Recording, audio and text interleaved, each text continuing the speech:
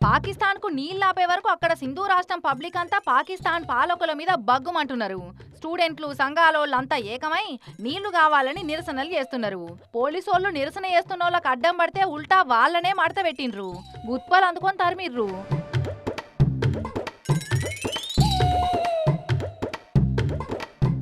రాళ్ళిసిరి గెదిమిండ్రు కూడా. ఇంకొందరైతే బండ్లకు నిప్పులు పెట్టిండ్రు. ట్రక్కులున్న బస్తాలను దొరికినోళ్ళు దొరికినట్టు ఎత్తుకపోయిర్రు. ఇంకొందరేమో అక్కడి మినిస్టర్ జియావుల్ హాసన్ అనేట ఆయన ఇంట్లో జొర్రి ఏడి కాడ పోతం పెట్టిర్రు. దొరికిన సామాన్లు దొరికినట్టు ఎత్తుకొని పోయిర్రు. అంతేనా, ఇంటిని కూడా కాలబెట్టిండ్రు. ఎగ్గినని చూడుర్రి, తొండ వాకినట్టే హోర్డింగ్ మీదకి వాకిండు. మంత్రి ఫ్లెక్సీని ఎలుక కొరికినట్టే చింపిండు. సింధుల పరిస్థితి కంట్రోల్ చేయలేక పోలీసోళ్లే చేతులెత్తేసిన పరిస్థితి ఉన్నది.